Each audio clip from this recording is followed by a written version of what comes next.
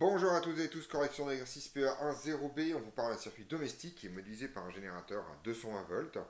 Et alors, en toute rigueur, c'est un générateur alternatif. Et N ampoules représentées, ES, ça serait mieux quand même, c'est une faute, petit problème de grammaire ici, par une résistance R, chacune qui consomme donc chacune 40 watts en fonctionnement branché en parallèle du générateur.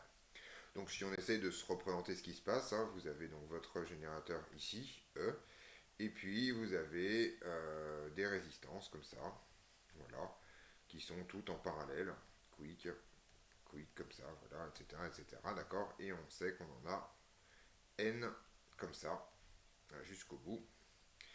Et toutes ces résistances sont identiques, et elles consomment donc chacune 40 watts en fonctionnement, branché en parallèle du générateur, et on vous dit que le circuit est protégé par un disjoncteur de 10 ampères, autrement dit, quelque part ici, là, vous avez votre disjoncteur à 10 ampères, qui n'est pas une résistance, qui est simplement un objet qui va s'arrêter de fonctionner dès que l'intensité dépasse 10 ampères.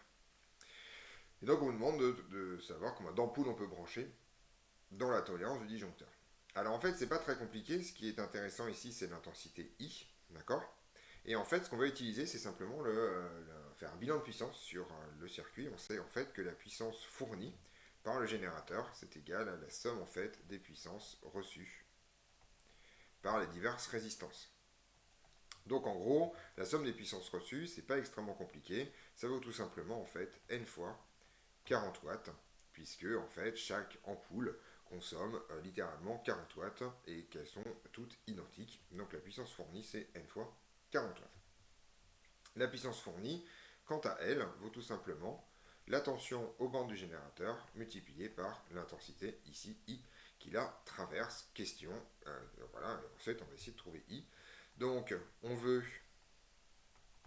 I inférieur ou égal à 10 ampères, soit en fait, I c'est donc tout simplement que N multiplié par 40 watts et divisé par E soit inférieur ou égal à 10 ampères. Et donc, il faut que N soit inférieur ou égal à 10 ampères que multiplie 220 volts et le tout divisé par 40 watts.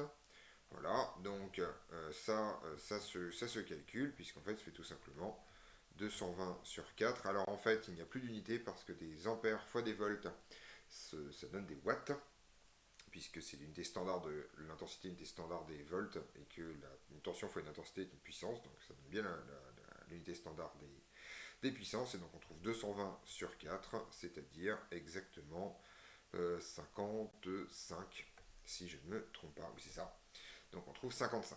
Donc en gros, si on ne veut pas que le disjoncteur saute, il ne faut pas avoir plus de 55 ampoules branchées simultanément sur le même circuit électrique.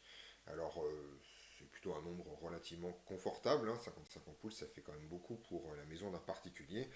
Par contre, bien évidemment, si un jour vous êtes en train de refaire l'installation électrique du château de Versailles, vous allez littéralement éviter de mettre une seule installation pour l'intégralité des ampoules du château, parce que sinon ça ne va pas fonctionner. Voilà pour ce petit commentaire.